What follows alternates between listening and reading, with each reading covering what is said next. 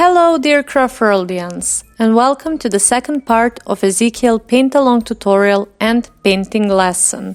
Today I will guide you through painting non-metallic metal. When it comes to Ezekiel's sickle weapon, I use the same mixture, this time in tin consistency, since I have bigger surface for interpretation. You will notice that my color mix is not constant, so one side has a higher amount of emerald, and it is visible as I am spreading this tone toward the inner edge of the blade. To leave the color on the edge of the detail, I use side of the bristle and try to move it gently over the edge surface. You will notice I am swinging brush in the air near the edge before I catch it gently and leave the color trace.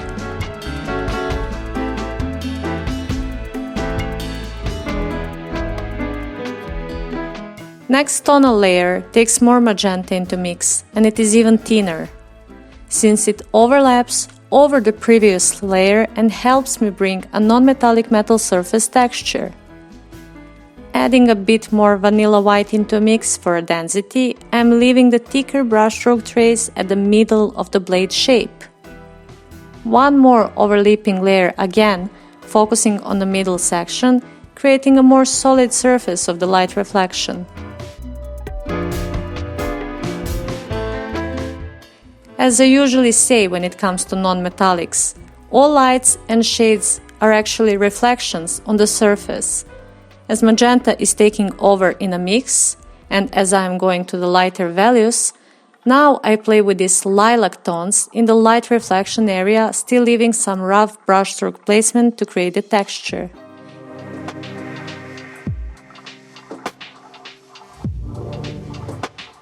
Keep in mind that layer density varies in these steps, but the layer must stay wet to be easily moved around. Don't mix too much water and remove the excess moisture from your bristle, not to end up in washing out the overlapping layers, but also not to end up in dry brushing. If you are practicing this lesson for the first time, take your time with checking paint density before application and wait for the layers to dry before applying new ones. To add to the tonal variation value, I am keeping more emerald in the mix for the blade edges and outer sections of the blade, while the flat side keeps most of the lilac reflections in the middle. Once again, underpainting is preserved as the shade reflections and the darkest values of the blade. Underpainting also affected overlapping layers, keeping them in harmony with overall painting scheme. For metal, contrast is the key. Don't look at these steps as something that doesn't let you look back. On the contrary, we teach you to use these techniques and lessons in order to help you learn more about art and painting fundamentals, but also to get to the good results with tonal harmony easier.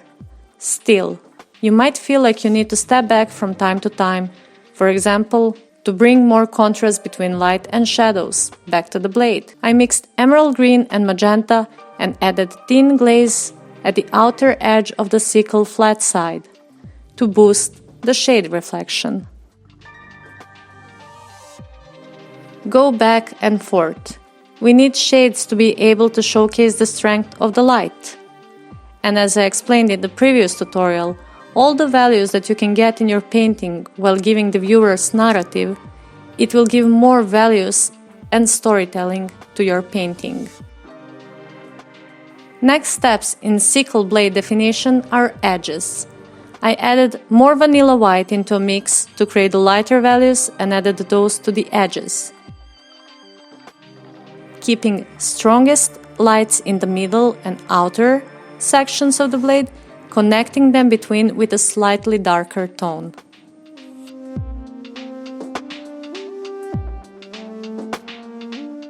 With these few practices and lessons, you can experiment and learn from the experience. Coming next are leather, ultramarine tunic, and more. I hope you all enjoyed one more Ezekiel paint-along tutorial. If you printed Ezekiel and practicing these lessons as paint-along, share progress with us using hashtag EzekielPaintAlong.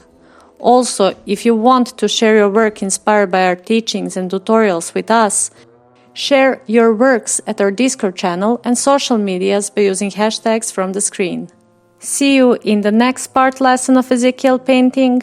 Kind regards from Marko and I, and until the next one, bye bye!